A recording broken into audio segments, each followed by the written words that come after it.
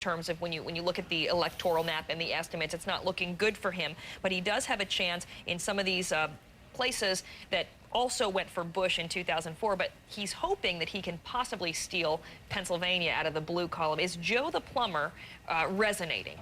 I think the McCain campaign hopes he is. I mean, McCain's got to run the table on Tuesday night to really stay in this, or flip Pennsylvania. There's some sense, independents in particular, fiscal conservatives, I think Joe the plumber's resonate with them to some extent. I also think McCain's argument about running against unified control of Congress, the excesses of a liberal supermajority, that's resonated with independents as well. But he's got a lot of ground to make up. He's running uphill. He's got to run the table or this is over. Angela, I want to ask you about the reverse Bradley effect. We talk about the Bradley effect, people saying they're going to vote for a black candidate, and then in the polling booth they don't. They go the other way. There was a couple of interesting articles, one in the LA Times in particular, saying there almost could be a reverse Bradley effect where people say, now is the time. I'm going in there to cast a ballot, not only because I believe in Barack Obama, but because he's black. These are white voters. Do you buy into that? Well, I think there's a couple of things going on. When you look at the polls, you certainly have the youth vote underrepresented. These are people that don't necessarily participate in the traditional polling process. So I don't think we're getting an accurate count of what the youth vote is going to do tomorrow.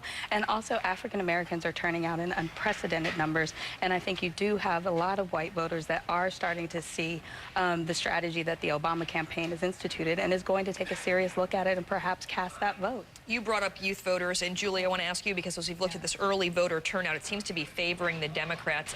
We were also hearing anecdotally, in fact, in thousands of phone calls to our own voter hotline, that the long lines are really proving to be troublesome for some people. Are there concerns that people may people who don't traditionally vote may say, you know what, I'm not really willing to wait in line for 5 hours? That's a very, very big concern. We certainly saw it in 2000. We saw it in 2004. Since then, Congress passed the Help America Vote Act to help the states get new voting equipment. But even in the primaries, for example, we saw in New Jersey that 60 email machines went down and had discrepancies. That's a big concern. And if we see that in a number of states, that could have an effect on the outcome. But the bottom line is there have been 159 national polls in the last 6 weeks.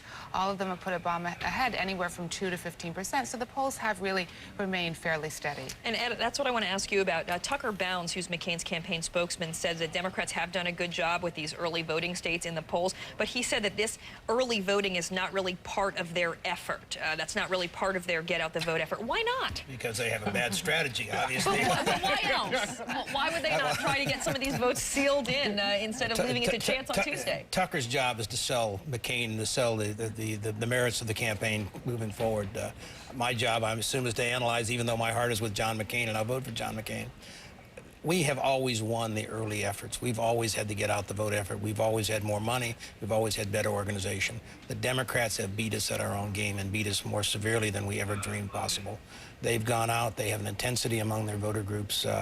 This is a polarized election. I think people feel a real part of this process, and I think people are willing to stand in line, whether it's a week ago or 2 weeks ago or tomorrow, and I think voters are going to vote. Well, I think that Ed's exactly right, and I think what's happened here is Howard Dean's strategy from a couple years ago, the 50-state strategy, which many Democrats derided, initially has actually proven to be a very effective strategy. And we see what the Obama campaign has done with micro-targeting, using the Republican strategies.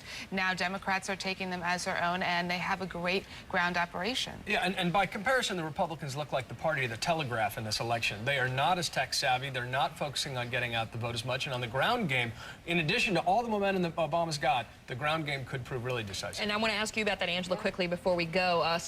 There were a few people on the campaign saying, we have these ambassadors in every city. We don't even have to ask them. They're going door to door. They're saying, you're coming with me, and we're all going to go vote. So it's a much more organic situation. Is that just because of intensity over the candidate?